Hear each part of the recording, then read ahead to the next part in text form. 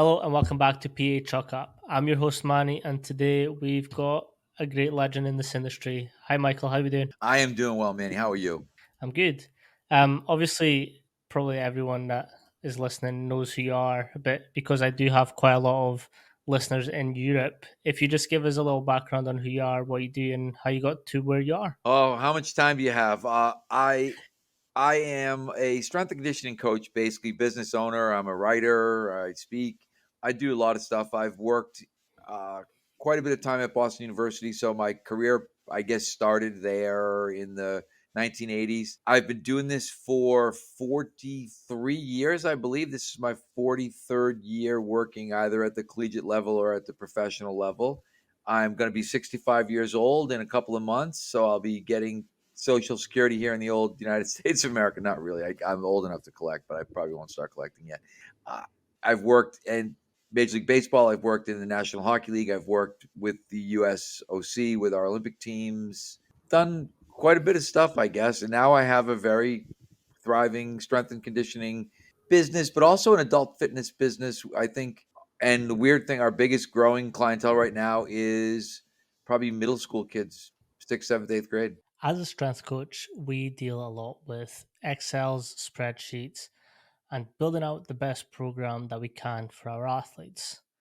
Although, when you have these large amount of spreadsheets and Excels and printables and packs that you need to hand out to your athletes, it can get a little bit overwhelming, especially with large amount of files. Mine's personally has crashed, deleted, and that to me is a big burden. That's why since starting my own business, I've went with TeamBuildr.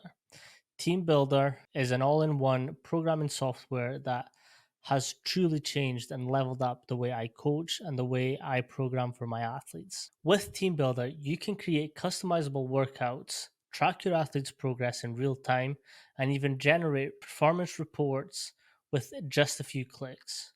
Athletes can also fill out their own workout data by using either the tablet or their smartphones in the weight room, which, most importantly, eliminates the paperwork that we all hate. This also gives your athletes accountability for their program and their progress as they are immersed within it. If you are interested in using TeamBuildr, head over to teambuildr.com and sign up using code PACHALKUP. That's PACHALKUP to start your 30-day free trial. So into that youth development area as well. We're into a Uh, little bit of everything, really. with you obviously having sort of pioneered a lot of this industry, who were the sort of people that you got mentored by, or some of the people that you looked up to in the industry while you were sort of going through it? I was really, really lucky. I've told this story a bunch of times, but I went to Springfield College, which, if you are in the United States, it's widely regarded as one of the best physical education schools in probably in the world, really. We have a massive international alumni group. And my dorm director ended up being a guy named Mike Woysick. So, Mike Woysick, if you are a follower of American football, Mike Woysick has 6 Super Bowl rings as a strength and conditioning coach, which at one time he was tied with Tom Brady for the most Super Bowl rings of anybody in the National Football League.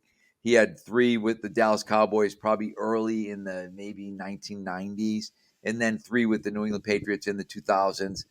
And he was my dorm director. He was my first real mentor. He was the first person that I really was able to talk to about strength and conditioning. He was a track thrower. He was a shot put discus thrower, and he was the graduate assistant track coach at Springfield College when I was there, and also the dorm director in our dorm. So I used to hang around in his dorm and read muscle magazines and talk about strength and conditioning for hours and hours and hours.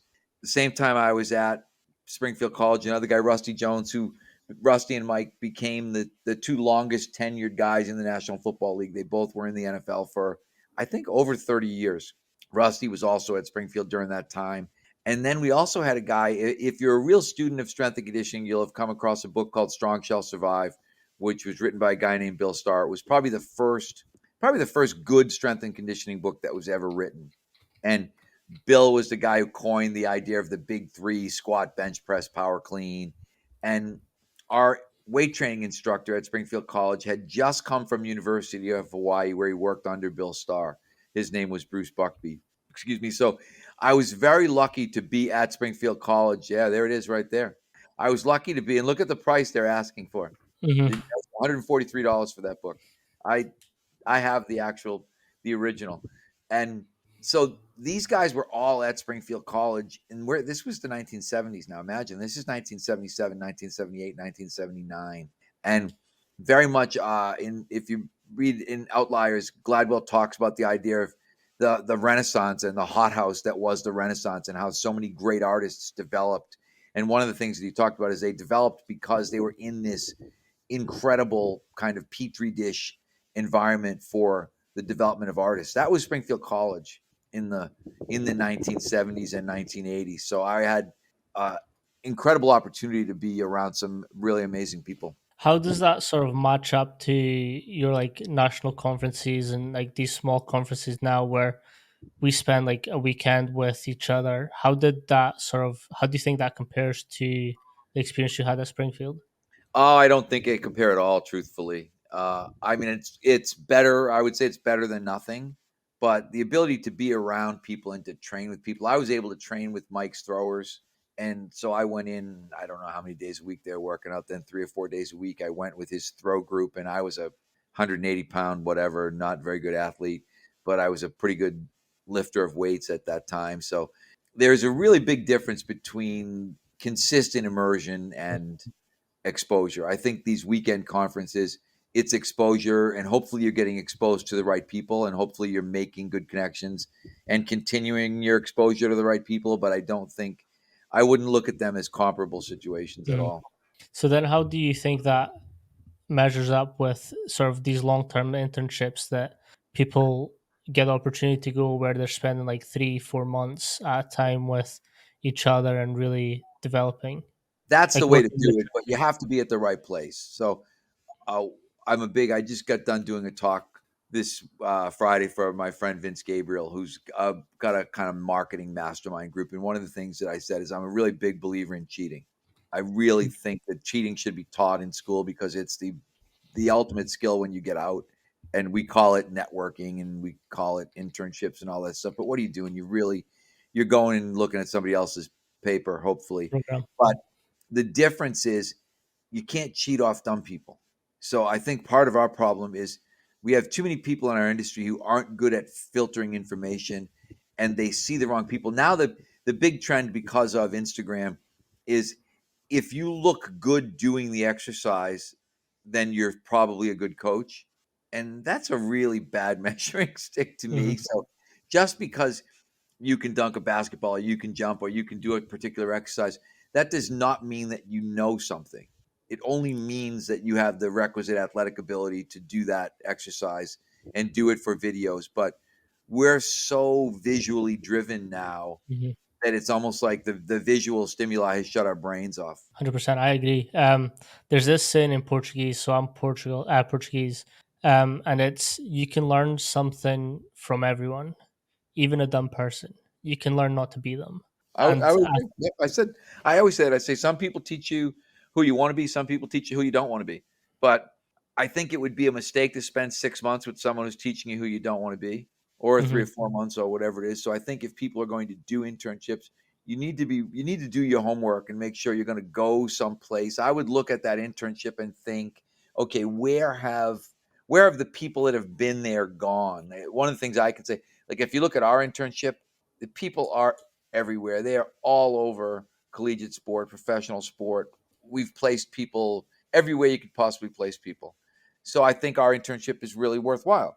I could look mhm. at other internships and say, I don't know if these guys have placed anybody anywhere. So I don't know why you'd necessarily go spend time there. Maybe it's convenience. Maybe it's just you're not paying attention. 100%. And I was fortunate enough to be placed with Ron McKeefrey, and he's got his whole University of Ron McKeefrey, which I was glad enough to be a part of. And being from the UK, we don't really have these type of internships where we really learn about the industry, how it's developed, how like the business side of it as well.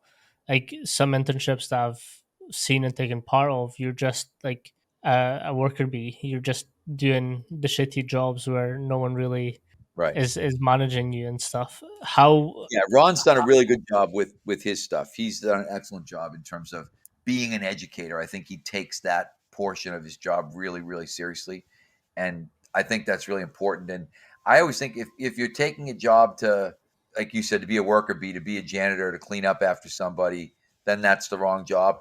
Our interns, they do get stuck with some shit jobs. I won't say they never do anything, but we really we place a huge amount of emphasis on educating them. Mhm. And And to be fair, like I agree that we need to like I still clean the weight rack, I still clean the dumbbells, I turned the W's, like I still did all the worker bee stuff, but after which at lunchtime we got an hour in the classroom with Coach Mac or AJ or Ben Creamer or like any these guys who are have been in this industry as well. that's what we try to do. We really put a premium on education, both in the classroom and on the floor. Our part of our internship is you work out 4 days a week, and you have to do our workout. You have to do the program. You have to become proficient at the program. You have to become proficient at the warm up. We really immerse the person in the process so that when they leave, they're prepared to go someplace and do something. hmm I mean, my workouts have never been like what I did in America, and they've switched. Like I just work out the way that we were taught, and like from there as well. Like anytime I'm programming, I now have to do the program first myself, and then I give out. Like I refuse to hand something out that I've not personally done as well, and I think that's a great way to knowing when it starts sucking for your athlete. Like you need I would like to know when they're starting to be like, this fucking sucks. I am tired, to give you that little boost again, like motivational wise. Yeah, and I think sometimes you need to. I'm amazed at the number of coaches that program stuff that they've never done and have no conception. I used to see it all the time in the conditioning world. I would see the conditioning that somebody wrote and think they've never done this. They obviously don't do conditioning themselves because they would realize that this is completely one stupid, but just not even doable. Mm, And then you've got people out there trying, really trying to do a program that probably never should have been written. It happens all the time. I mean, it seems like every year on Twitter, one of them will pop up, whether it's a conditioning one or a weight training one or whatever, where someone just writes some idiotic kind of 4 sets of 10 of 20 exercise program without ever thinking, even thinking how long we backtrack everything in terms of minutes. mm-hmm. We know how many minutes we're going to have in each area of the weight room, and we know Yep. what we can accomplish in that number of minutes. If this is a 5 minute block, okay, what can we get done in 5 minutes? If this is a 12-minute block, what can we get done in 12 minutes? And you have to start thinking about things like how long does the set take? How long does it take to change plates? How many people are going to be at each piece of equipment? We find for us, we can probably get about 6 sets done in 12 minutes. So we can get 3 sets done of two paired exercises in a 12-minute block. And that's a very realistic expectation for our athletes. I think that's a brilliant point. I did a talk in Italy where I got one of the tasks that I assigned them was create a 1 hour program um, with sort of your main lifts, your accessories, and then some the conditioning style or core style workout at the end.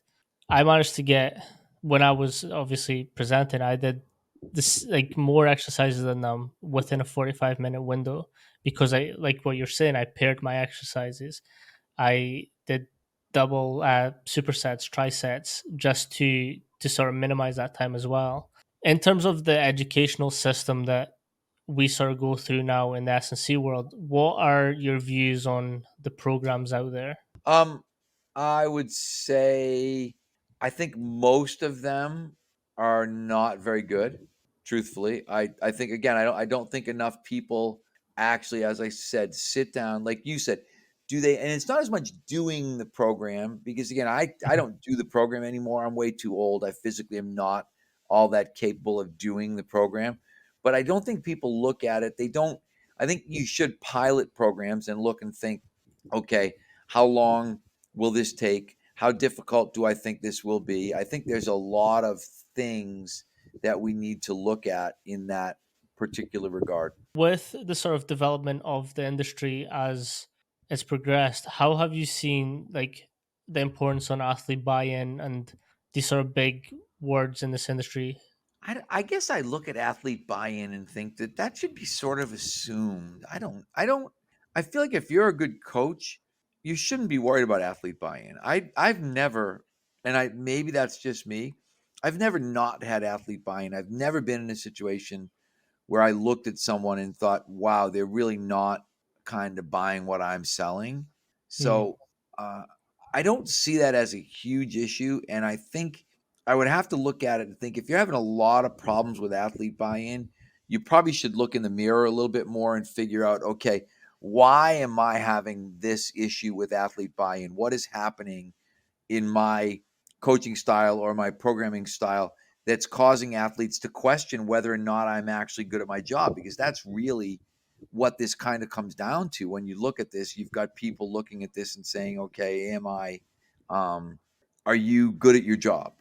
mm, Because if people aren't buying into what you're doing, then you're not good at your job. And maybe that means you're not good at selling your product, because in a way, particularly if you're getting into a new setting, yes, you're going to have to convince people that you do in fact know what you're doing. But if you're good, I've just felt like people I've never had that issue. So I can't I don't want to look at it, and maybe I've just been lucky. I'm not sure. I mean, I think your body of works also speaks for itself.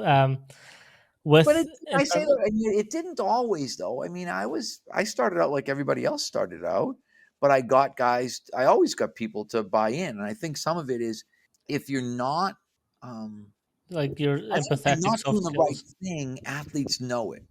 Mm, And so if you're looking at it, I think it's easy, blaming the athletes or they're not buying into what I want them to do. I think I might look at that and think, hmm, is where is that problem? I think uh, I had a mentor of mine, a guy named Steve Belkin, who was a brilliant businessman, and he would always say when we talked about problems, he would be like, "Mike, what's your part in it?" And I mm, always remember thinking, "Wow, it's really like this guy. He was a brilliant, extremely successful business person, but he would always say." If there's a conflict, if there's a problem, you probably have a part in it, and you need to figure out what's my part in this. So, I guess my message, if it was coaches listening to this who was saying, "Hey, I'm really struggling with athlete buy-in," I would say, "Okay, what's your part in it? Why are you struggling with athlete buy-in? Why are you not?" We talk all the time about learning to kind of speak coach and learning to speak sport. So let's just say I get over to the UK and suddenly I'm tossed into the soccer world. Okay, I better be able to speak the language of that sport. I better understand the sport. And if I can't, I'm probably going to have a buy in problem. But I'm also going to have a buy in problem if I show up and I'm an American meathead who decides that everybody's going to do heavy back squats and heavy bench presses and heavy deadlifts. And you've got all these guys thinking, yeah, my back hurts. I don't feel so good. I don't really feel great when I go out on the pitch, and it's not a field anymore, right? Because it's a pitch. mm, And if you don't understand that even, okay, culturally, the average soccer player is not going to be used to an American football strength training program. So even if you thought that an American football type strength training program was going to be best for this person, you would have to look at it and think maybe it's best for this person, but is there someplace better that I could start so that I could work my way kind of towards this programming that I believe is going to be really beneficial. I did that. I went into baseball, and I wouldn't even say I went into baseball and I knew that what I had done in other sports was not going to work in Major League Baseball. mm. I'm a big Olympic lifting fan. The majority of our athletes will do hang cleans. When I got to baseball, I knew right off the bat that was not going to work. That was not going to be a good decision. And I would think that it would kind of be similar in a soccer environment, that you get guys who generally were not brought up with weight training, maybe have not embraced weight training. Maybe some guys that are, again, I look at and think if a guy's playing at the Premier League level and he's never strength trained, that should tell you something about that guy. He got to the Premier League level without strength training. You should be able to look at that and be able to think, what does that tell me? When I got to Major League Baseball, one of the things when I started talking to guys about what I wanted them to do, I would always start with, hey, I understand you got here without me. I was not Right. part of your journey. I'm just going to try to help you on your journey. I'm going to try to help you stay here. I'm going to try to help you make more money.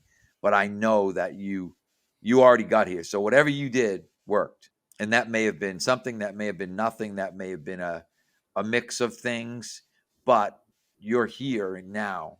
And so I Yeah. think that's different than maybe being a high school strength coach, where you can walk into a high school and think, hey, these are maybe kids who want to just make the varsity team, want to be a starter, want to maybe play in college.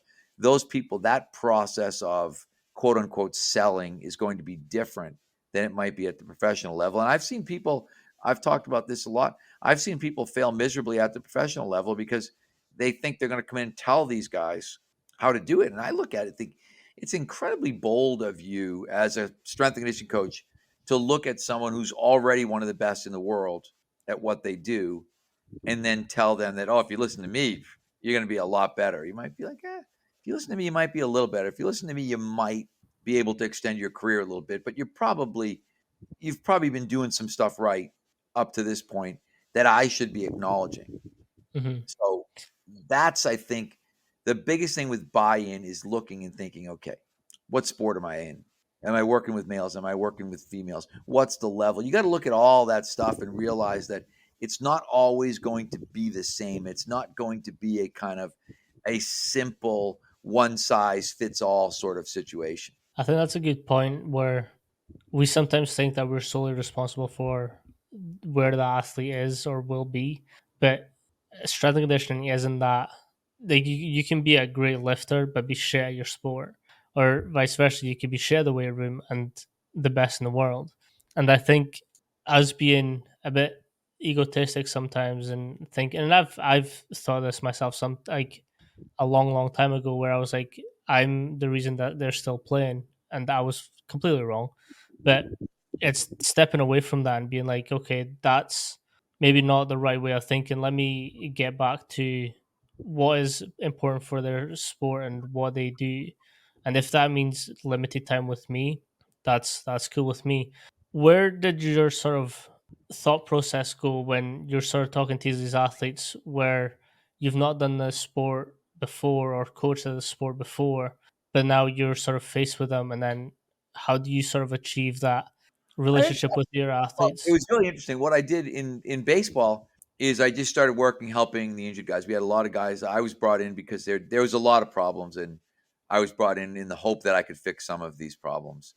One of the problems was a significant number of injuries. I believe the year I got to the Red Sox, my first year, we had 11 guys on the disabled list. So we had 11 injured Mm. guys to start the season, which was really high. When I think the roster, the max roster limit is 40 man, and we had 11 post surgical guys who would have been on our 40-man roster had they been healthy. And I just kind of tossed myself into that group of guys and said, hey, I'm going to help these guys to train, and I'm going to help these guys to rehab, and I'm going to integrate with the athletic trainers, and I'm going to integrate with the physical therapists, and I'm going to try to really help these guys get back. And I think I tell this story all the time, but uh, there's an Aesop's fable called Androcles and the Lion. And Androcles and the Lion is basically a story. Androcles is a slave who escapes in Rome. He escapes his masters in Rome, and he goes out and he hides out in the woods. And at one point, he's trying to hide. He's escaping from the Romans. He hides in a cave, and when he gets into the cave, he realizes he hears kind of this whimpering, howling in the back of the cave, and he creeps up to the back of the cave, and he has this oh shit experience. He looks and he's like, shit, there's a lion in here with me. This isn't good. But he looks over at the lion and he realizes the lion is licking at its paw and licking at its paw, and it's really uncomfortable. And Androcles kind of crawls over and gets near the lion, and he realizes that the lion's got a huge thorn in his paw. And Androcles is like, okay, here goes nothing. And he yanks the thorn out. And the lion is just like, oh my God, like picks him up and licks him. And the lion then starts going out and hunting and bringing him back food. So Androcles is able to hide out in the cave for a while. But at some point, he gets captured. What did the Romans do at that time with captured runaway slaves? Fed them to the lions, right? So he's all of a sudden he's going to be sport for people, and he's out there, and they whip open the door, and the lion comes running out, and the lion runs out at Androcles and jumps up on him and puts his arms around him and licks his face. And Andrew Cleese realizes, oh shit, this is my lion. Like this, not only did they capture me, but they captured my lion, and they thought they were going to feed me to my lion, but this guy's not eating me. The Emperor sees this and thinks that Andrew Cleese is the greatest guy ever and pardons him, right? And Nice. and the story, the fable, because it's an Aesop's fable, right?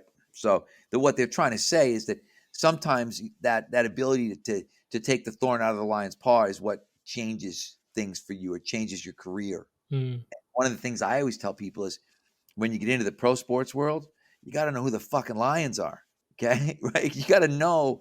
Okay, these are the guys. These are the important people. They're hurt. I'm going to go over there and I'm going to take care of them. And when I take care of them, what I've found is that everything with everybody else got better because suddenly your respect level went through the roof because guys were talking about how much Mike helped them. Mike helped me with this. Mike helped me with that. I feel better because what I'm doing with Mike. Suddenly everybody wants to come in and work out with Mike because I went after a very specific kind of subgroup of people. And when you realize, in like I said, there was some lions in that group. There was some guys that were important pieces of the puzzle, and suddenly they like you and they're on your side.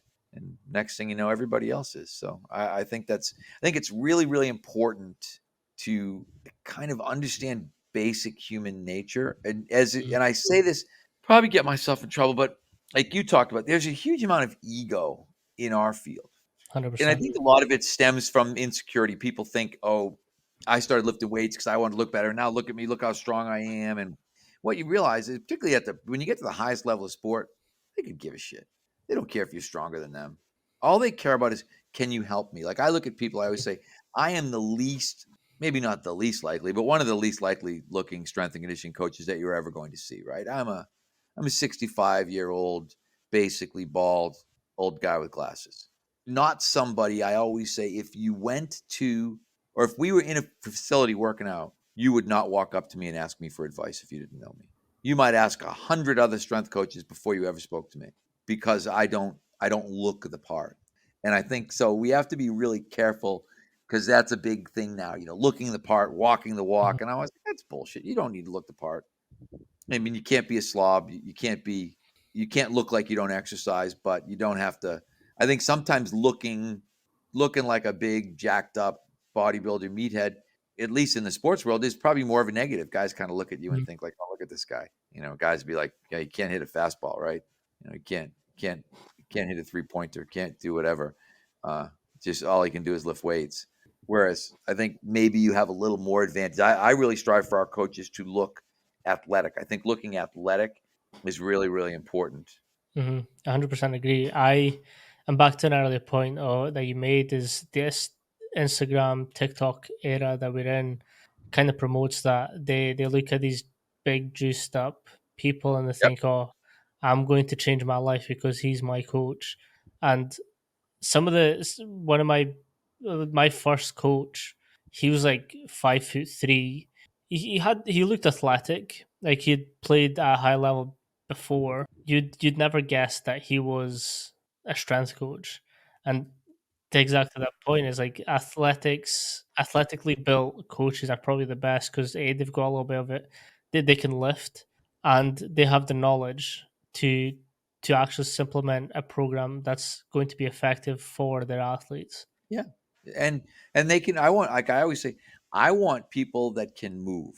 Mm, So I want someone that can demonstrate all of our warm-ups. I want someone that can demonstrate our ladder drills. I want someone that can demonstrate our plows. I want someone that can demonstrate all our lifts. And very often strength coaches, quote unquote, can't do that. hmm I'll tell you a And funny story on that. go ahead. Um, so and this is going back to the educational portion of our industry. My lecturers at university could not this is an S&C course, like specifically for S&C bachelors. Um, my two lecturers could not do Olympic weightlifting, and that's a requirement for us to pass. Hmm. So they knew that I could do it. So me, a student in my bachelor's, was demonstrating the lifts to my class. Yeah. And I mean, yeah, it's absurd. It's absurd that people are teaching a strength and conditioning course and can't, again, you should be like for me, I'm competent at least with an unloaded bar. I can show somebody the lifts. I can show somebody what I want them to do. I can't, at this stage of my career, perform those exercises anymore. Uh, that's I don't know. I that's a big thing for me. That's a big. If you notice, like we started our course, our certified functional strength coach course, and one of the things that we did is we require that there's a practical component, which means you take the course, and at the end of the course, you will have to undergo a practical examination with one of the instructors where they're going to ask you 5 or 6 questions, and it might be to demonstrate some type of, and again, we use agility ladders. I know people can say, oh, he's not even a real coach if he uses agility ladders, but we use agility ladders. But it might be a situation where we say, okay, demonstrate a, whatever, what we'd call 1-2 stick, what some people call Icky shuffle, whatever it is, but demonstrate 1-2 stick, demonstrate a forward skip, whatever that kind of stuff is. And if you can't do it, you don't pass. It doesn't matter if you sat through the course and you understood the written material. If you can't do it, you don't pass. And we might say, okay, demonstrate a dumbbell row. And then we might ask you, okay, describe a progression and a regression for dumbbell row. Like that stuff's all in there because of exactly what you just talked about, is that there are people in the industry who can't. We go to seminars with people and realize there are personal trainers who can't skip. Can't skip Skip when you like skip. Like you show the warm up and you say, okay, we're going to skip. And then you realize, you look and think, wow, this person's here. They're a personal trainer. They can't skip. wow. I will tell you that uh, happens all the time. In all fairness, there was people in fourth year, and we'd been doing S&C for 3 years before that. I still couldn't do a front squat or a clean or a jerk or a back squat properly, and that terrified me. Truly, truly terrified me. Like Yeah. I understand, like not everyone's going to be able to move the same. Like I completely understand and get that, and I was a little bit fortunate that I was able to be in S&C program since I was 13. But I mean, if you're in a sports science course or a strength and conditioning course and you don't at least take part in lifting yourself, it's a little bit. Yeah, and like I said, I think you should be, even if you might say, hey, I'm never going to use power cleans, I'm never going to use back squats, I'm never going to do a jerk. You should be competent in all of those Mhm. exercises. But it's interesting. We did this in a staff meeting not too long ago because we have coaches that work for us who said, I really can't teach a back squat because we never teach it.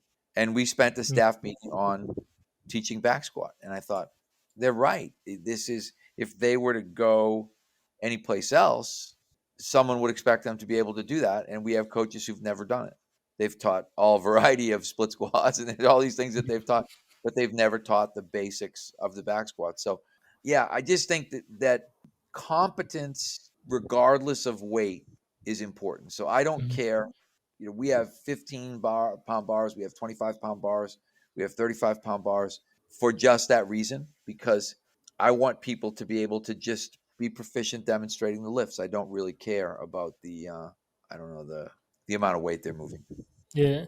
What's your sort of take on the whole science versus practical application in the field? I think there's way too much science right now. Sorry, I'm moving because I need to get my charger too, because my I told you. computer is telling me that it's going to expire. But I think we've gone way too far on the science side lately, which I don't like. I'm not a fan. When I look at this, I think there's way too much force plate data and all this other stuff, and way too little from a competency standpoint. And so I think we've just got to be careful with the direction that we go. As I said, I think when we look at this and say to ourselves, okay, what do I want people to be able to do? Uh, Again, I don't want somebody who can't skip but knows how to use a force plate. Right? That's because I would look at that and think that is absolutely very clearly the cart far before the horse. So I think we're in the nerdification of strength and conditioning right now, where everybody is in love with the data Mhm.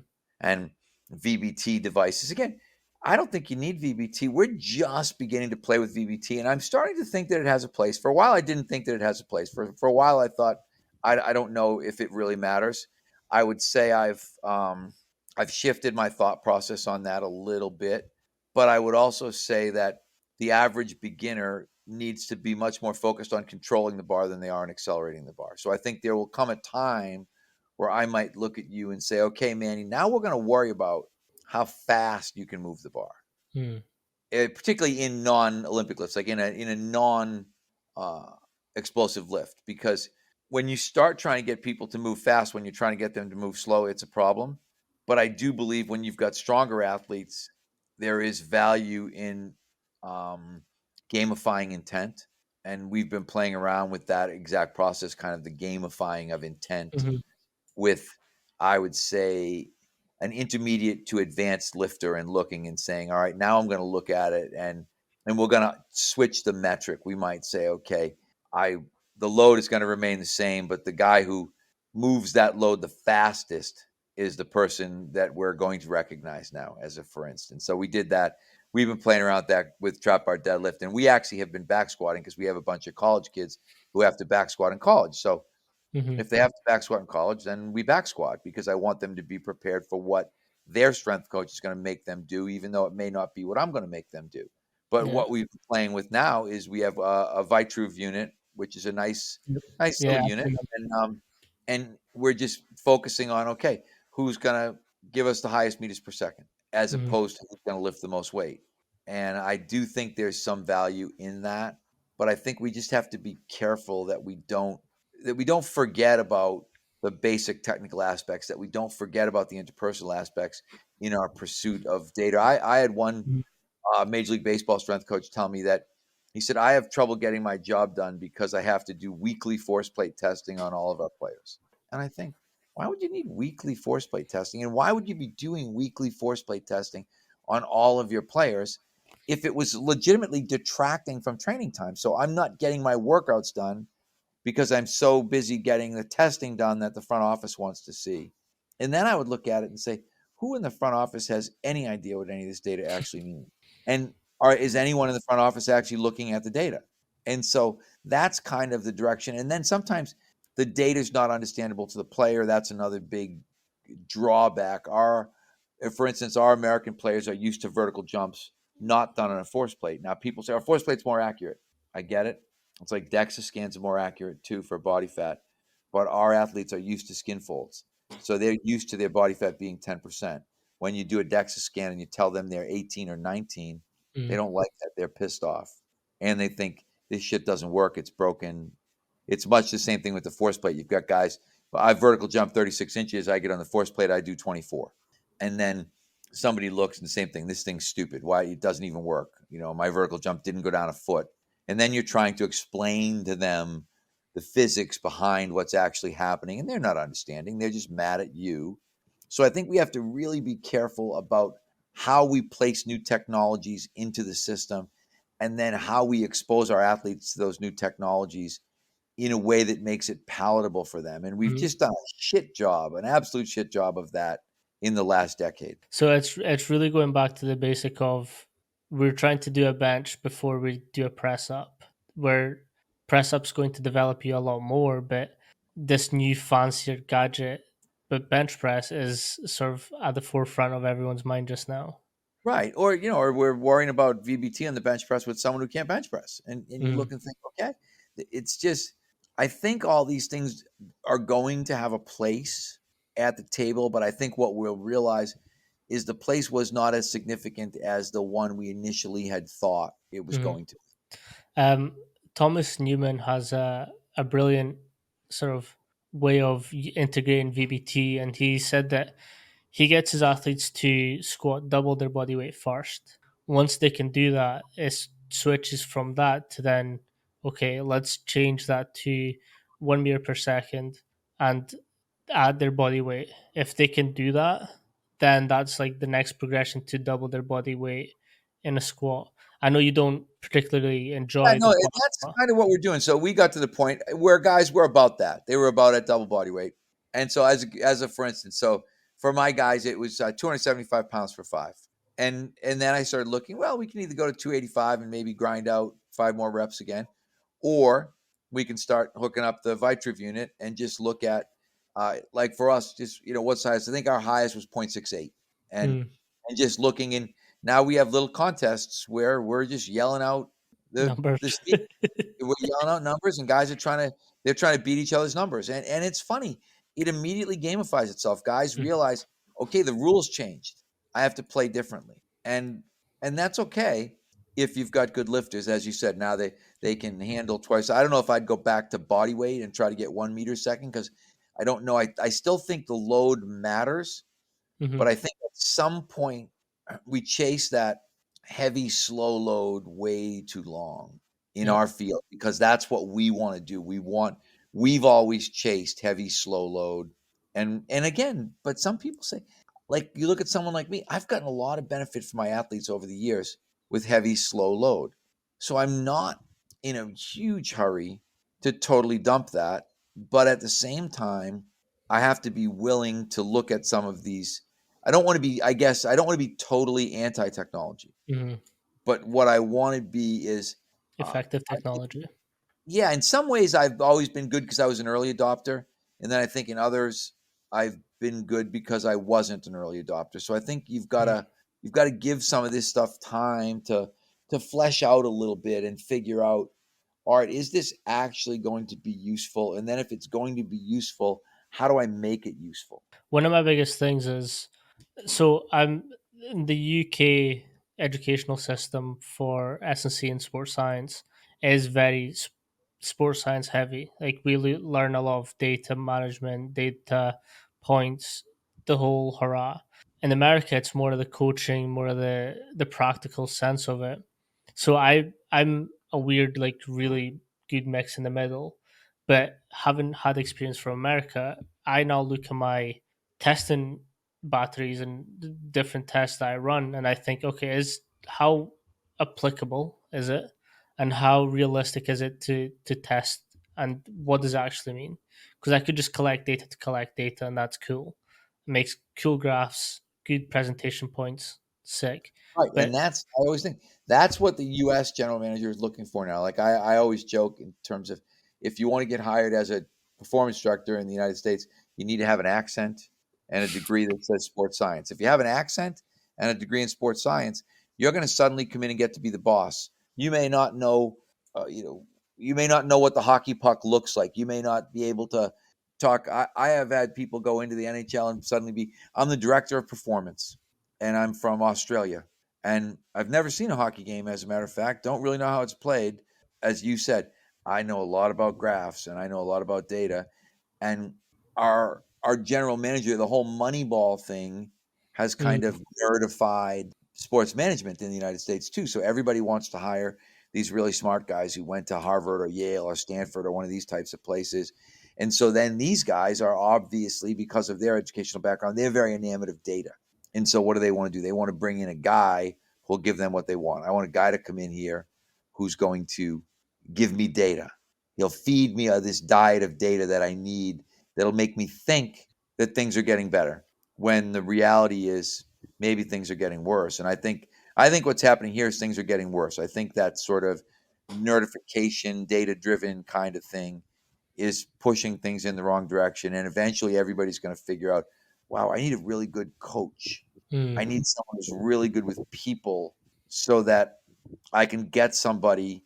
I got all this data, but what's really important is the alteration of the data, right? I could have a lot of data that says, Manny, you're weak and slow. And if I said, yep, and every week I'm going to test you and you're going to be weak and slow, and you're not going to get any stronger and you're not going to get any faster because I'm not a very good strength coach, but I'll keep telling management that you're too weak and you're too slow. And eventually what they're going to do is they're going to realize I need to bring somebody in who can alter the data and not on the computer or not be able to go in and type numbers in and say, oh, I made all his numbers higher, but someone who can make you better. That's a coach. That's not a sports scientist. That's not a data analyst. mhm. So I hope the pendulum will swing back, but I'm fearful that it's continuing to go too far the other way. Yeah, I think the European circuit is much more of the data driven side, Hmm. and they're lacking the interpersonal skills to actually coach. Yeah, and Like, that's what's crazy, but that's the US is going that way. The US is pushing hard in that direction, which I think is incredibly short-sighted, but that's what's happening. yeah, like I love talking to, and like I've mentioned this millions of times on this podcast. Like coaching, conscious coaching was the first ever S&C book that I read, and And that was it's back in not an SEC book, um right? yeah, it's a personal, like personal development and how to deal with people. Funnily enough, Yeah, but that's so what's that funny was about it. And Brett has become internationally famous by writing an S&C book that's not about S&C. And it's funny, three of the chapters, and they were written by Mike Boyle, strength and conditioning guys. If you look at the chapters, it's interesting. Kyle Holland, Brandon Rarick, and I can't think who the third one is off the top of my head, but there's three guys in there that wrote chapters for that book. But it's yeah, it's really really interesting how he was able to kind of shift some of that focus back mhm, to coaching. yeah, Hopefully, it and like continues. I was I was very fortunate enough to have stumbled on that book, and I think it was 2017, 18 that I read it. So it was like like he wasn't as big as he is now at all, and like it was to the point where I messaged him and he replied like straight away, and I was like, whoa. But essentially, it just like paved this way for me as a coach to be like, okay, let's look at who I actually have in the gym and let's manage that before and again I didn't have the money to implement these tests or batteries of science driven data. So for me I was just like, okay, let's look at your movement first. Let's What do you like to do? What do you not like to do? Let's build that first and then let's look at other things that we can explore. Yeah, I mean that's how it should be, but we're Um specializing in the cart before the horse in our field right now. yeah. Do you think you'll ever get to the point where people stop going off as much data as we are just now? The pendulum always swings. It always goes back. It's the nature of the field. Back and forth, back and forth. I think some people will start to realize, wow, we've spending all this money, on force plates and data scientists and data analysts and all these things, but we're because ultimately what will matter is winning. Mm, Somebody somewhere along the way will win and think, "Oh, we really shifted our focus back to coaching and back to trying to get our players better, not simply because it's like I look at the data thing, like the force plate data. It's like consistently, like say I give you a test. All right, I'm going to give you a math test, and you fail, and then I say to you, Manny, we're going to next week we're going to take that math test again. I'm not going to teach you anything, but we're going to take that math test again, and I'm hoping you're going to do better next week. And then you take it next week and you're terrible. You do bad again. And then I think, next week after that, we're going to do the test again. You start looking at it thinking, no, maybe I need to bring in a tutor. Maybe I need to start studying for the test. I got to spend some time. mm, And where we're at right now, we're just in this loop of testing and testing and testing. But it's the training that causes the change. The testing only evaluates whether or not the training was effective. But we're very, very stuck right now on the testing part. But I do believe the pendulum will swing back. yeah. With your sort of experience as an athletic trainer, how has that sort of shaped the way you look at athlete management and development? Well, I think I had a much because you understand injury when you're an athletic trainer. So I think that really helps you as a strength coach because I think too many people I came at it from two sort of very separate points in terms of on one hand, I was a lifter, I was a power lifter, I was competing. And then on the other hand, I was seeing the people that were in the training room and what their problems were. And one of the things I realized from the athletic training room is that there's a whole lot of people who weren't made to lift weights. I was made to lift weights. I was gifted with a pretty good body for for powerlifting, for squat, bench press, deadlift. I was pretty good at that stuff relatively quickly. But I'd look at other people and think, not so much. And the interesting thing about it is sometimes the better athletes were not meant for lifting. And I wrote one time, what makes you a good athlete may make you a bad weightlifter in a lot of areas. So what the height that might make you a great basketball player or a great rower or a great left tackle in football or a lot of these other things will not make you good in the weight room. The people that are good in the weight room tend to be. I always think the people that want you to squat are squatty, right? You're short, you're squatty, and you think, oh, this is this. Everybody's going to get better if they just do this, and then they give you a 6'10" basketball player, and you start looking and thinking, maybe this guy maybe this isn't going to work as good for this guy as it did for me because of his particular body dimensions. And so I think we don't do a good job of kind of absorbing and analyzing that data Hmm. in our mind. I think as well it's the whole that model that everyone wants to use in a book for squatting or for deadlifting. Like it has to look a particular way, very standardized, where humans aren't standard. Like Right. And you just think, I have people all the time who people talk about, the West Side guys. They're the ones that drive me the most crazy. Really, because I look and think it is a powerlifting methodology that has been marginally proven on powerlifters. I don't even know if it's been proven if you take the drugs out, but it it may have worked for powerlifters. But that subgroup is not athletes. And there was an Exos guy, Dennis Logan, who had the best quote. I use it all the time in my presentation, but he said, "I want great athletes that are good weightlifters." And and I love that quote because that's what I want. I want great athletes. I want people that are great at their sport. We had great pitchers at the Boston Red Sox. We did not. We had one. John Lester was a really good weightlifter. All the rest of them were not really good weightlifters. All the rest of them, some of them were, a lot of them were kind of tall and lanky and didn't have really good lower body strength, didn't have really good lower body power, but they could still pitch mm, damn near 100 miles an hour.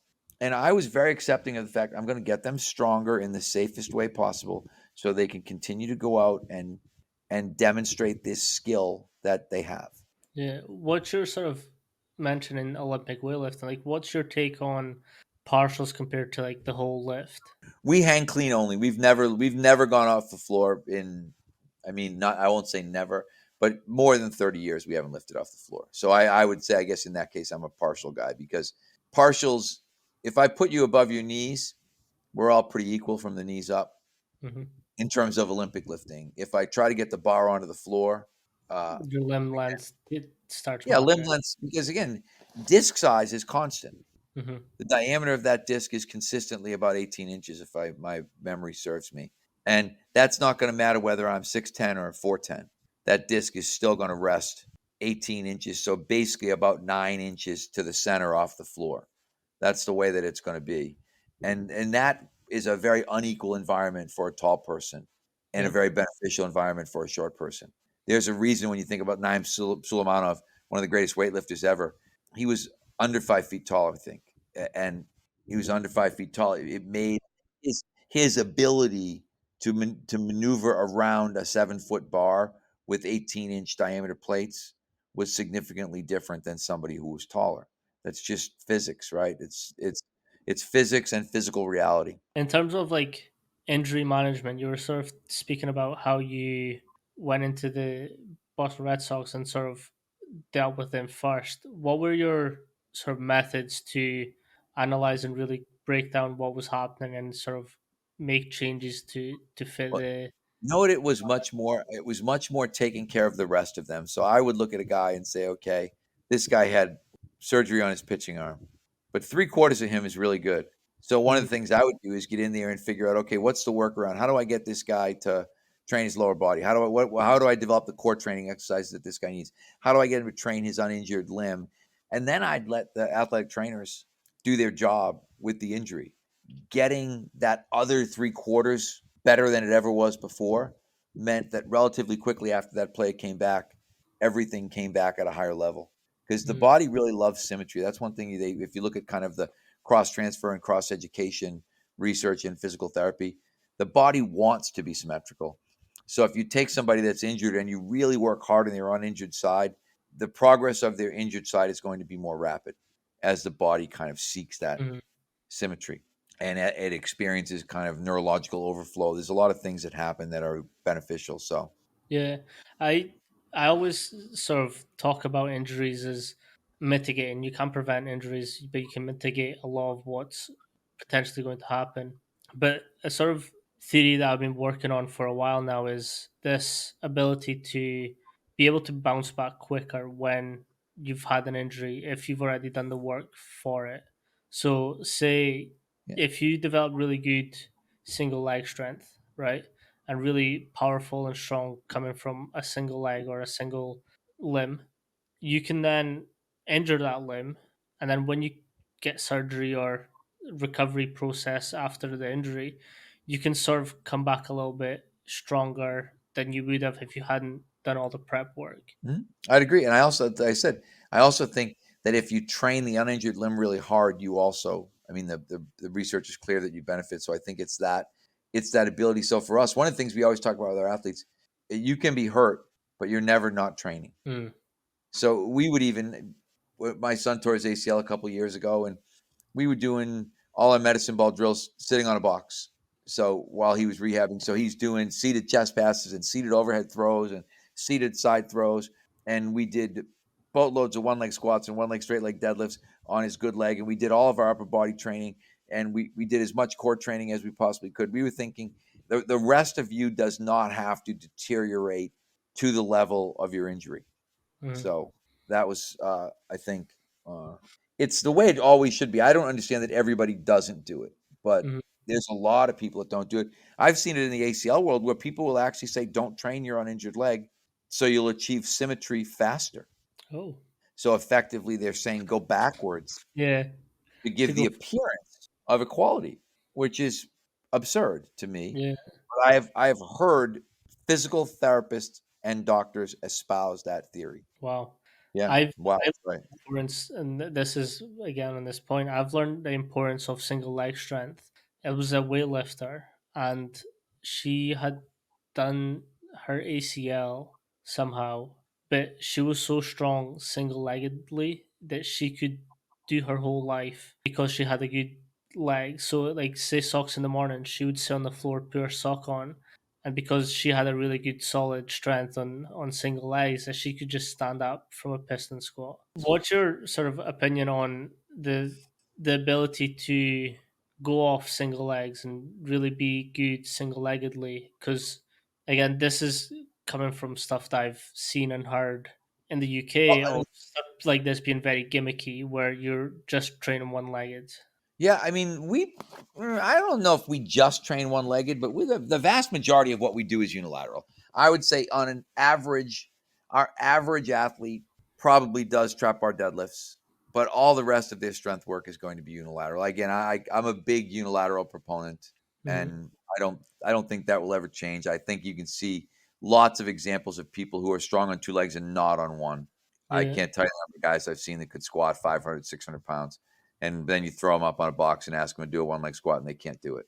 So there's very little. The good thing is there's way more transfer from one legged to two than from two legged to one, because on in a unilateral stance there's lots of good things that are happening in your hips and pelvis that are beneficial to you that aren't happening in a bilateral stance, and as a result you don't have kind of the requisite stability to go with the strength. You're kind of like having a car with a really big engine. There's no shock absorbers underneath and there's no stabilizers underneath, but you've got the engine that can get that thing to, if you can go straight ahead and hold on to the steering wheel, you can get it to go 100 miles an hour. Just don't try to turn. Mm. And I think that's a lot of people in the strength world. But hey, Yeah. What's your take on bucket filling, and how important is that for you in your program? oh, I think I'm the originator of the bucket filling idea. To be honest, I think I was probably the first person to use that analogy, and I say it. I can't tell you the number of times I say to people, "Fill the empty buckets." We talk about it constantly in terms of thinking about the training process as a series of buckets, and then looking at the buckets and saying, so again, the perfect example would be soccer in the UK, right? The fitness bucket, the endurance bucket is overflowing, and the Mm-hmm. strength bucket is neglected, empty in the corner, right?